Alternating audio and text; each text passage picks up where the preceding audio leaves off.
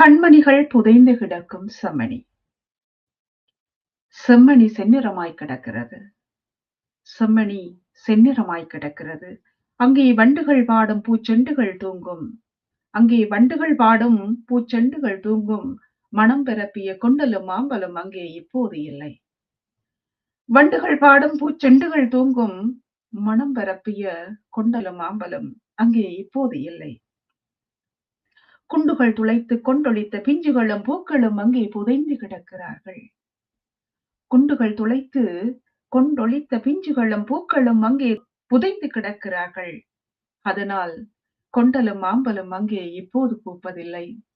அதனால் கொண்டலும் மாம்பலும் அங்கே இப்போது பூப்பதில்லை. ஏரிக்கரையில் மீனுக்காக ஏங்கித் தவிக்கும் நாரைகளைப் போல, ஏரிக்கரையில் மீனுக்காக ஏங்கித் தவிக்கும் நாரைகளைப் போல எத்தனை பேரின் கனவுகள் அங்கே புதைக்கப்பட்டன. எத்தனை பேரின் கனவுகள் அங்கே புதைக்கப்பட்டன. கண்மணிகள் கரைக்கும் செம்மணி வழக்கில் நீதிக்காக ஏங்கித் தவிக்கும் ஈழத் தமிழர்கள் நாம்.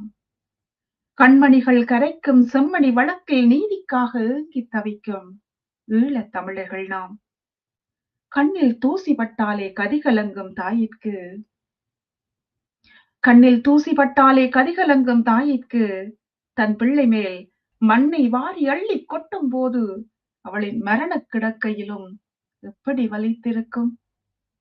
கண்ணில் தூசி பட்டாலே கதிகலங்கும் தாயிற்கு தன் பிள்ளை மேல் மண்ணை வாரி அள்ளி கொட்டும் போது அவளின் மரணக் கிடக்கையிலும் எப்படி வலித்திருக்கும்?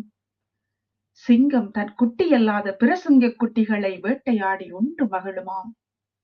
சிங்கம் தன் குட்டியல்லா பிற குட்டிகளை, சிங்க குட்டிகளை வேட்டையாடி உண்டு மகிழுமாம். அதுபோல பிஞ்சு பாலகர்களை துவசம் செய்யும் வஞ்சம் மனதில் வந்ததோ உங்களுக்கு? அதுபோல பிஞ்சு பாலகரை துவசம் செய்யும் வஞ்சம் மனதில் வந்ததோ உங்களுக்கு? வருங்கால சந்ததியை வேரோடு அழிக்கும் வெஞ்சினம் தானேனோ? வருங்கால சந்ததியை வேரோடு அழிக்கும் வெஞ்சினம் தானேனோ? குற்றுயிரும் குலையுயிருமாய் குழி தோண்டி புதைக்கும் போது, குற்றுயிரும் குலை உயிருமாய் குழி தோண்டி புதைக்கப்படும் போது கண்ணுக்குள் மண்போகும் கண்களை மூடிக்கொள்ளம்மா என்று, கண்ணுக்குள் மண்போகும் கண்களை மூடிக்கொள்ளம்மா என்று ஒரு பிஞ்சு குரல் உரைத்தது உங்களின் காதுகளில் ஈட்டியாய் பாய்ந்திருக்காதோ?